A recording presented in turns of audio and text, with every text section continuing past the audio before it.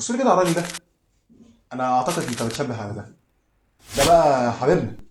السؤال اللي انت سالته لنفسك ولو لمره او على الاقل اتسال قدامك قبل كده، تعالى النهارده اخليك تعرف ترد عليه. لكن قبل ما اكشف لك السؤال تعالى اخدك في رحله جميله قوي جوه جسمنا. ربنا سبحانه وتعالى خالق جسمنا كله تحت تحكم نظام عصبي ونظام هرموني بيتحكموا في جسمك من الالف للياء، من اول نقطه لاقل نقطه. الهرمونات بتتفرز جوه جسمنا بكميات ضئيله جدا. من الهرمونات الرئيسيه في جسمنا اللي غالبا سمعتها ولو لمره في حياتك واكيد عندك علم بيها، ولكن العلم ده للاسف مش كافي، هو هرمون النمو، الجروث هرمون. لان لو فكرت ولو للحظه ايه اللي يخلي لاعب ياخد كميات مهوله من الجروث هرمون ومش بيطول؟ عشان نفهم اللعبه هنا التحكم الرئيسي مش بيكون من الهرمون بس، لازم نقفل السايكل ونحط معانا المستقبل، العظمه ذات نفسها. قبل البلوغ اي عظمه طويله بتتكون بدايتها ونهايتها من غضاريف.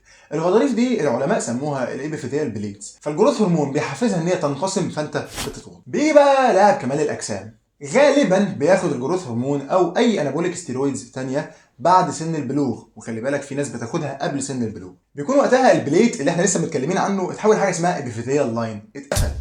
هنا بقى تاثير الجروث هرمون مش بيبقى طولي، بيبقى عرضي. العظمه نفسها سمكها بيزيد، ترسيب الكالسيوم فيها بيزيد، بالتالي قدرتها على تحمل القوه اللي ناتجه من العضله اللي ماسكه فيها بتكون اكبر. يعني بكل بساطه تقدر تقول كده ان كل ما العضله بتقوى كل ما العظمه بتواكبها في القوه والكثافه. وطبعا مش هكلمك على اثار الجروث هرمون في النمو العضلي وتخليق البروتين وحرق الدهون ذات نفسه، وده اللي بيخلي لعيبه كمال الاجسام على مدار السنه مهما وصلت لكتله بيفضل تفاصيل جسمها باينه. لكن للاسف الحلو مش بيكمل للاخر. تاثير الهرمونات الخارجيه اللي انت بتدخلها على جسمك ما يخلصش فري ابدا. لو حبيت تعرفها ما تنساش تكتب لي في الكومنتس. لكن سؤالي ليك دلوقتي، تفتكر لو شخص قبل البلوغ خد الجروث هرمون هيطول؟